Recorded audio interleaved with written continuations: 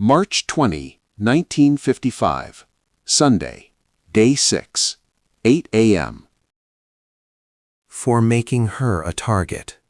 She knew what she was getting into when she married me 30 years ago. Maybe. But that doesn't make it okay, Patrick. Yeah?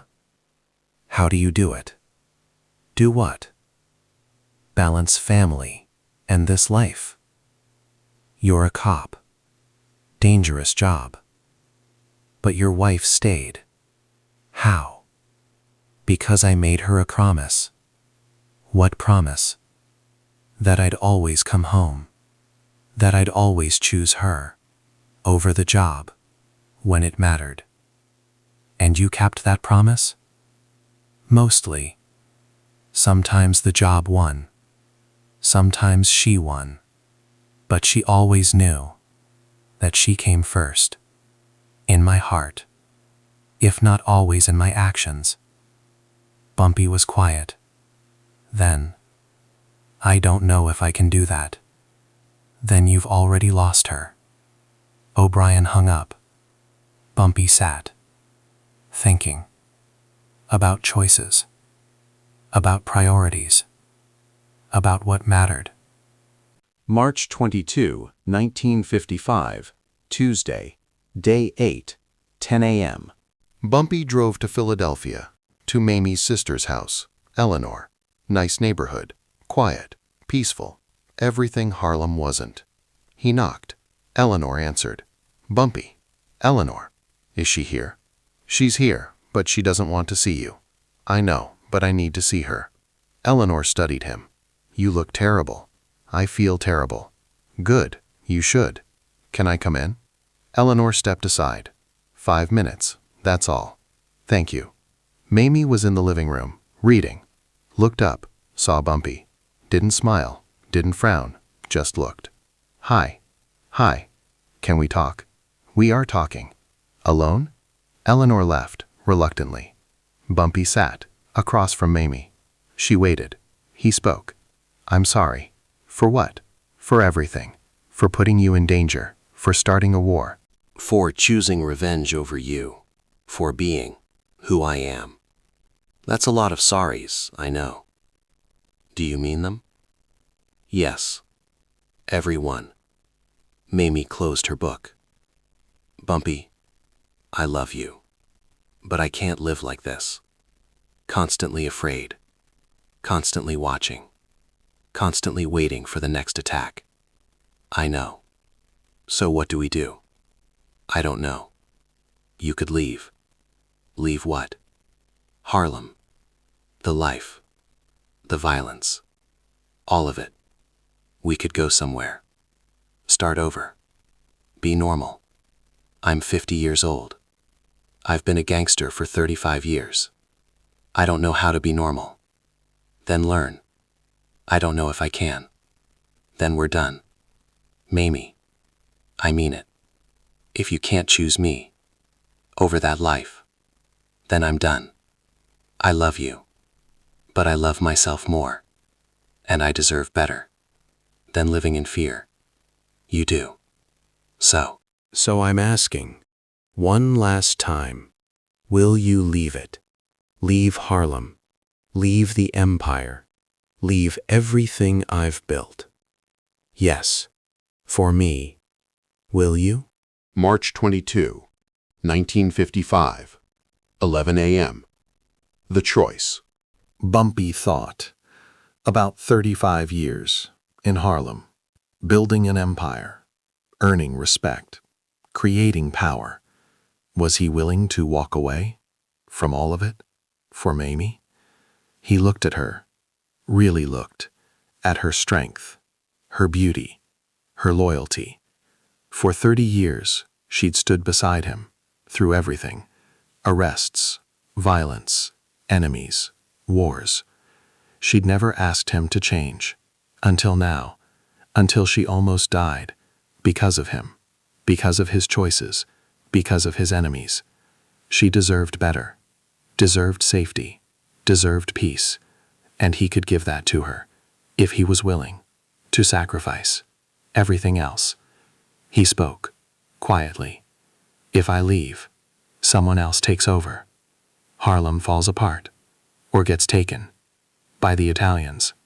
By anyone. Everything I built. Gone. I know. And you're okay with that? If it means I keep you? Yes. Why?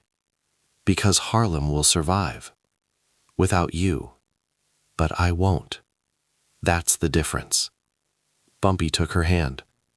If I do this, if I walk away, we go somewhere far, somewhere no one knows us. We start completely over. No crime, no violence, no empire. Just us. Just us. Where would we go? I don't know. California? Too obvious. Florida? Too many mobsters. What about Canada? Montreal? I've heard it's nice. Quiet. We could disappear there. When? Soon. I need to transfer power. Make sure Harlem's protected. Make sure my people are taken care of. Then we go. How long? 2 weeks. 2 weeks? To dismantle 35 years? I'll make it work. Bumpy. Yes? Promise me. This isn't a trick. I promise. This is real. I'm choosing you. Over everything else. Over Harlem. Over power. Over the life. I'm choosing you. Mamie cried. Finally. Okay. Okay. Okay. We'll go. Together. To Montreal. We'll start over. Be normal. Be safe. Be happy. Thank you. For what? For choosing me. I should have chosen you. 30 years ago. Better late than never.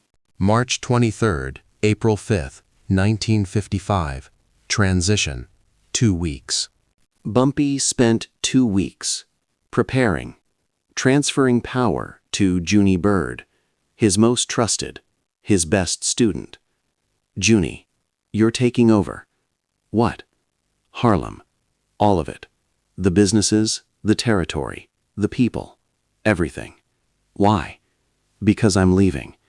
Where? Montreal, with Mamie. We're starting over. Boss, I can't. You can and you will. I've taught you everything. For 20 years. You're ready. But what about the commission? I've already talked to them. They approve. You're legitimate, recognized, protected. What about our people? Tell them that I'm retiring, that you're in charge, that nothing changes, except the face.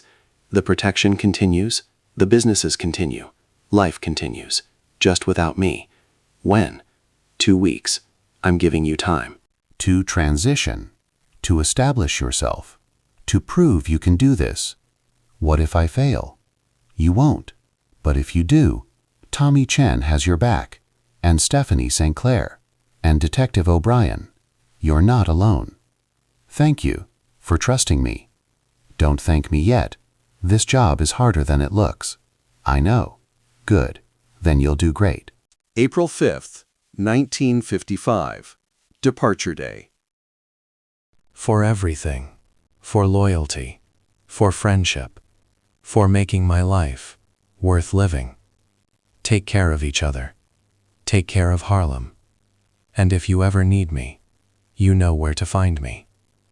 He shook hands with everyone, hugged some, cried with others, then boarded the train with Mamie and left. Harlem. His empire. His identity. Everything. For her. April 6th, 1955. Montreal. New life. They arrived in Montreal, found a small apartment in a quiet neighborhood. No guards, no guns, no enemies, just peace. Bumpy Johnson, age 50, former gangster, king of Harlem, legend.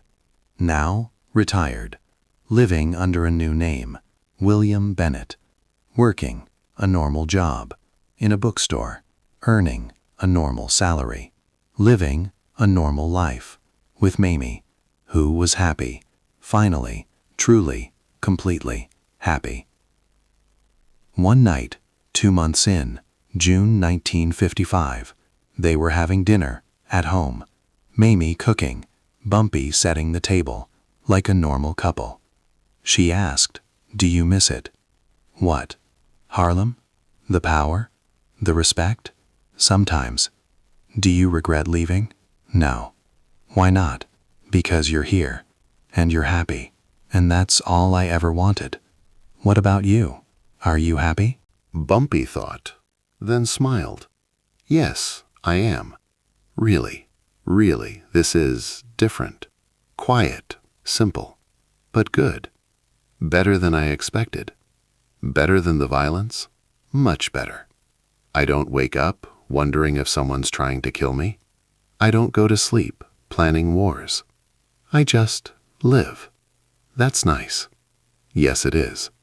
Mamie kissed him. I'm proud of you. For what? For choosing this. For choosing us over everything else. That took courage. More than any fight, any war, any violence.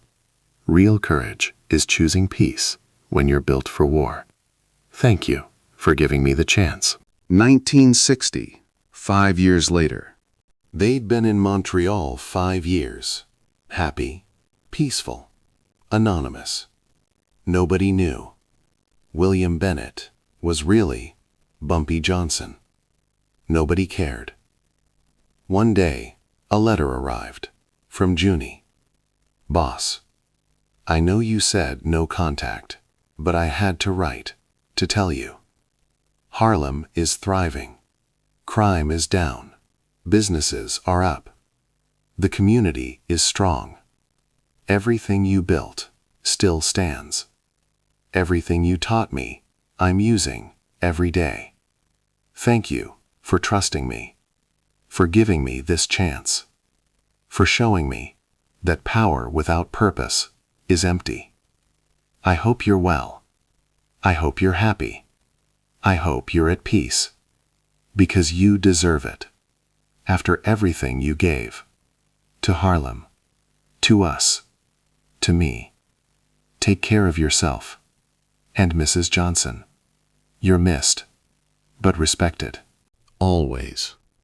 Junie Bumpy read it 3 times, then showed Mamie. He's doing well. Yes, he is. Are you proud? Very. Do you want to go back? No. Never. Mamie, I chose you. I chose this life. I don't regret it. I won't change it. This is where I belong. With you. Good. Because I'm not letting you go back to that life. Ever. I know. And I'm grateful. For what? For saving me. From myself. 1968, 13 years later.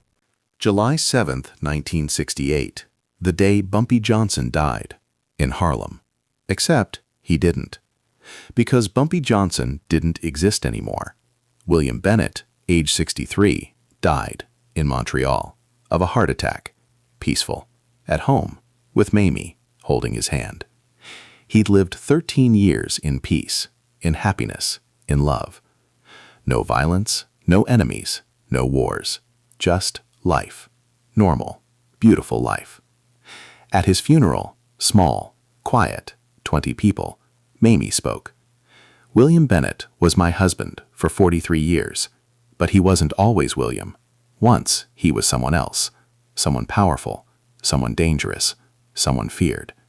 But he chose to be William, to be normal, to be mine, and I'm grateful for every day we had together, for every choice he made to put me first.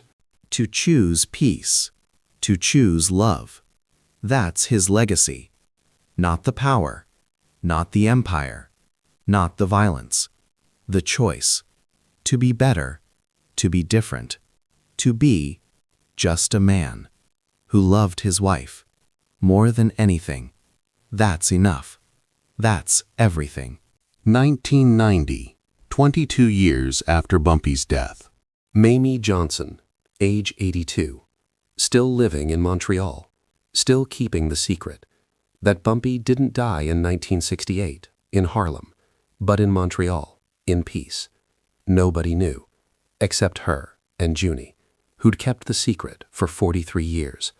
She wrote a memoir, finally, called Harlem Godfather, The Rap on My Husband, Ellsworth Bumpy Johnson, published 1990, told the truth about Bumpy's life, about his crimes, about his power, but also about his love, about his sacrifice, about his choice to leave it all for her. The book ended.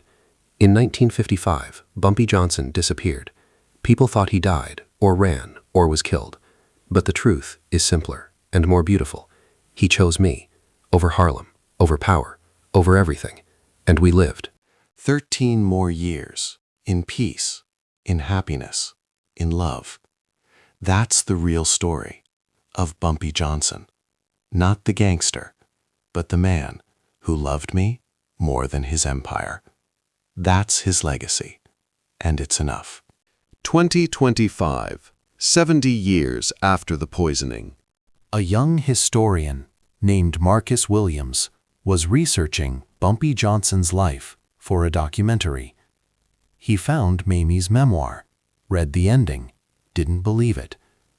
Bumpy Johnson, retiring, disappearing, living normally? Impossible. So he investigated, found records in Montreal.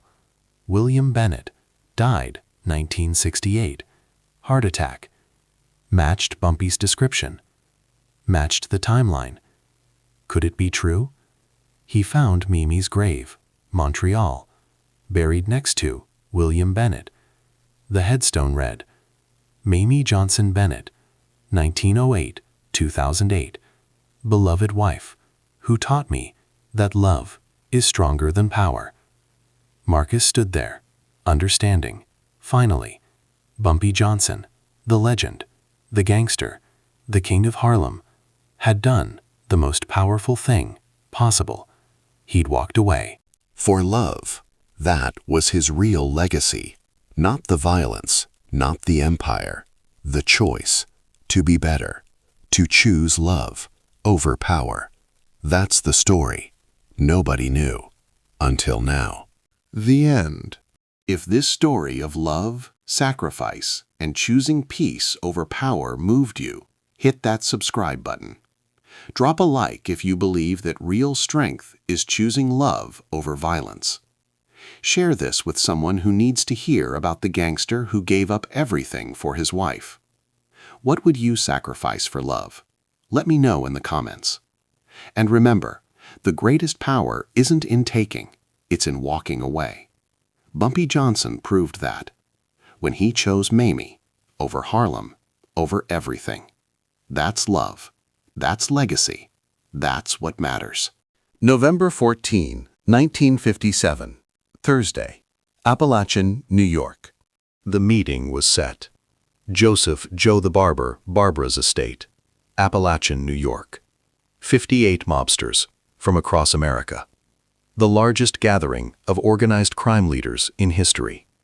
The Commission's annual summit, where territories were divided, disputes were settled, futures were decided. And today, Bumpy Johnson's counteroffer would be presented. Bumpy wasn't invited. Black men didn't attend Commission meetings. But his proposal was there, in Meyer Lansky's briefcase and Frank Costello's mind. The 5 families gathered: Carlo Gambino, Vito Genovese, Frank Costello, Joe Bonanno, Tommy Lou Casey, plus representatives from Chicago, Detroit, Cleveland, New Orleans, Kansas City, Philadelphia, everyone who mattered. In organized crime, all in one room, discussing one topic: Harlem. 10 a.m., the presentation. Frank Costello stood, addressed the room. Gentlemen, we have a matter requiring your attention. Harlem, as you know, we offered Bumpy Johnson $10 million for complete control. He refused. Murmurs, anger, surprise. Vito Genovese spoke. Then we take it by force. Frank raised his hand. Wait, he didn't just refuse, he countered. With what? Money? No, with something better. Costello nodded to Meyer, who distributed copies of Bumpy's proposal, 7 pages, to every boss. They read, silently, some quickly, some slowly, all carefully. When they finished, the room was quiet. Albert Anastasia spoke first. This is interesting. He wants to keep Harlem, but give us intelligence, political influence, and expansion opportunities. Nationwide, yes, Joe Bonanno added. The value proposition is compelling. We get more than just Harlem. We get access to black communities nationwide with a trusted partner who knows the territory and the people. Carlo Gambino, always the strategist, spoke carefully. The question is trust. Can we trust Bumpy Johnson to keep his word, to deliver intelligence, to actually help us, or is this a stall? Meyer answered, I've known Bumpy for 25 years, since he was young, working with Stephanie St. Clair. He's many things, but he's not a liar. If he promises something, he delivers. I vouch for him. 11 a.m. The debate.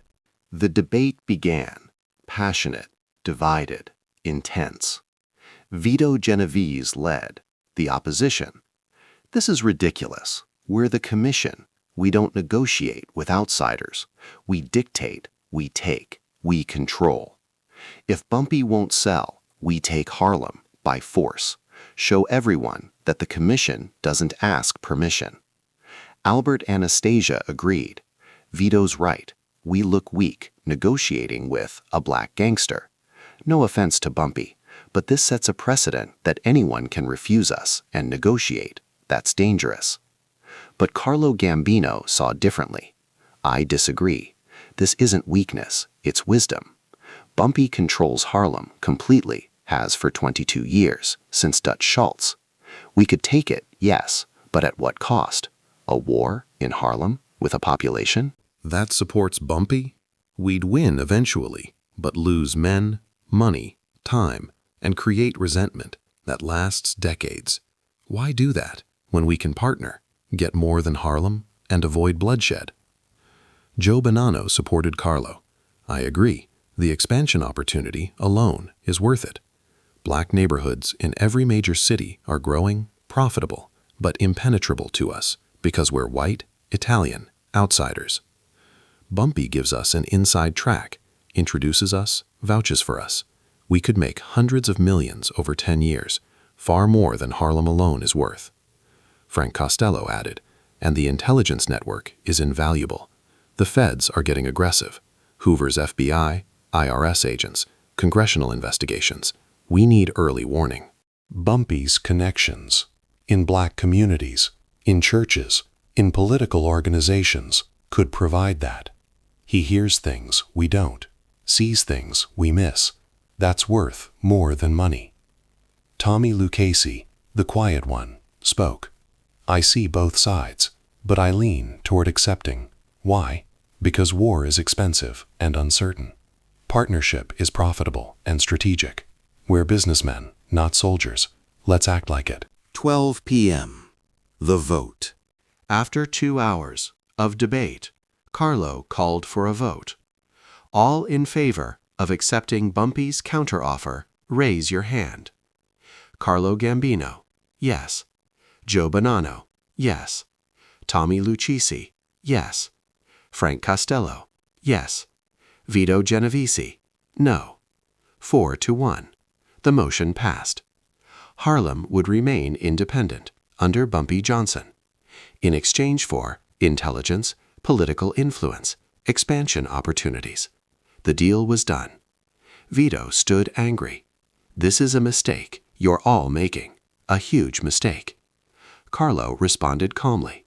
Maybe, but it's our mistake to make as a majority. You're outvoted, Vito. Accept it. Vito glared, then sat. He'd lost, but he wouldn't forget. The meeting concluded with details to be finalized, contracts to be written, agreements to be signed. But the decision was final. Bumpy Johnson had negotiated with the Commission and won. November 15, 1957. The Appalachin Raid. The next day, everything changed. At 12:40 p.m., New York State Police, led by Sergeant Edgar Croswell, raided the estate. Saw too many cars, too many out-of-state plates, got suspicious, called for backup, surrounded the property. 58 mobsters, scattered, running through the woods, like rabbits. Many were caught, arrested, identified. The Apalachin Meeting became a disaster for the Commission, a public relations nightmare, front-page news. Mafia summit raided, organized crime exposed. The Commission's secrecy shattered, their power questioned, their future uncertain. But one decision, made the day before, survived: Bumpy Steel. Because it was smart, because it was necessary, because even in chaos, the Commission needed what Bumpy offered: intelligence, protection, partnership. November 20th, 1957. Deal finalization. Meyer Lansky came to Harlem, to Small's Paradise, to finalize the agreement with Bumpy. They sat alone. Two men, two geniuses. One black, one Jewish. Both outsiders in the Italian mob, but both essential. Meyer spoke first. The Commission accepted your counteroffer. I heard about Appalachin. Yes, that was unfortunate, but it doesn't change our agreement. Good. Meyer slid papers across the table. The contract. Read it carefully. Bumpy read. 7 pages. Legal language, but clear. Point 1. Harlem remains independent territory under Ellsworth Bumpy Johnson until his death. No interference, no takeovers, no challenges. Point 2. Bumpy provides monthly intelligence reports on federal investigations, political threats, law enforcement activities affecting Commission interests. Point 3. Bumpy facilitates political relationships using civil rights leaders, ministers, community organizers to pressure politicians away from mob prosecutions. Point 4. Bumpy assists Commission expansion into black neighborhoods nationwide, introducing key players, vouching for partnerships, sharing profits, 60% commission, 40% local operators. Point 5. Upon Bumpy's death, Harlem transfers to Commission control, peacefully, with full cooperation from Bumpy's successor. Bumpy looked up. This is fair. Meyer nodded. It is. Better than fair. It's brilliant. You gave us more than we asked for, while keeping what you wanted. That's the art of negotiation. You could have fought, could have died, could have lost everything. Instead, you partnered, kept Harlem, and gained allies. That's smart. That's survival. That's power. Bumpy signed, Meyer signed. The deal was done. December 1957. Implementing the deal. The first month was testing. Could Bumpy deliver? Could the Commission trust? The answer was yes.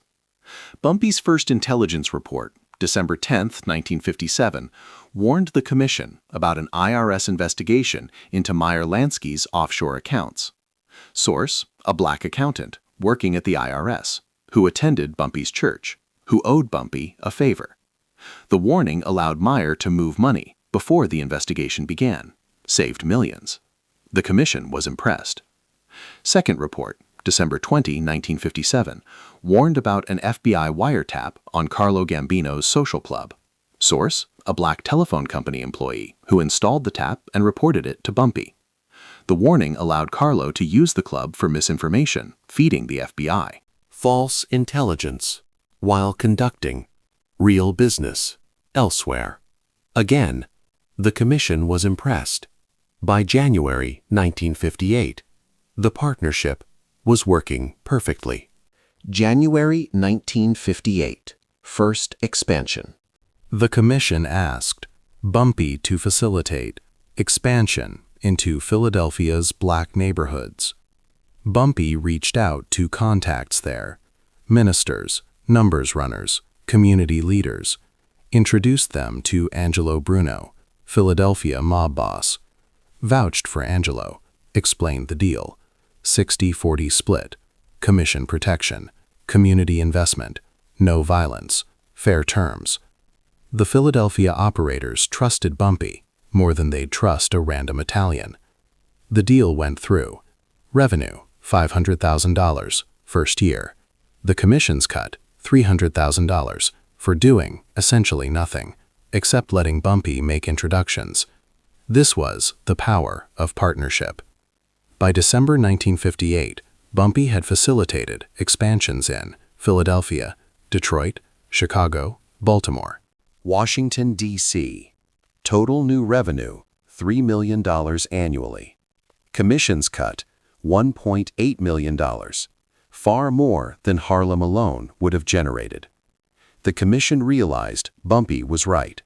Partnership was better than conquest. 1960, 2 years later. The deal had transformed everything. Harlem remained independent, thriving under Bumpy. The commission expanded into black neighborhoods nationwide. Profits soared. Investigations decreased because Bumpy's intelligence kept them one step ahead. Everyone won. Meyer Lansky called Bumpy to thank him. This partnership has been extraordinary. You've delivered everything promised, and more. Thank you. You're welcome. But Meyer, yes, I need to say something. What? You offered $10 million. For Harlem? I countered with partnership. You accepted. And now, 2 years later, you've made, what, $3 million in expansion profits? Yes. So in 7 more years, you'll have made more than $10 million without owning Harlem. Exactly. And Harlem is still independent. Yes, that's good business for both of us. It is. But more than that, it's respect. What do you mean? You could have taken Harlem by force, killed me, installed your people, run it your way. But you didn't. You negotiated. You partnered. You respected my position, my people, my independence. That means more than money. I understand. Do you? Because I don't think most of the commission does. Some do. Carlo, Joe, Tommy. They understand. Partnership is stronger than domination. Vito doesn't. No, he doesn't. Be careful of him. I will. But Bumpy, yes. Thank you for teaching us that there's another way. You're welcome. 1968. Bumpy's death. July 7th, 1968. Bumpy Johnson died. Heart attack. Age 62. At Wells Restaurant. The commission honored the agreement. Sent representatives to the funeral. Carlo Gambino, Meyer Lansky, Joe Bonanno. All 3 attended personally. Unheard of for a non-Italian. At the funeral, Carlo spoke privately to Junie Bird, Bumpy's successor. The agreement stands. Harlem is yours until you die. We honor our word. Thank you. But know this, Bumpy was unique. He negotiated with us as an equal. Very few have done that and lived. He did, because he was smarter than us, bolder than us, and more principled than us.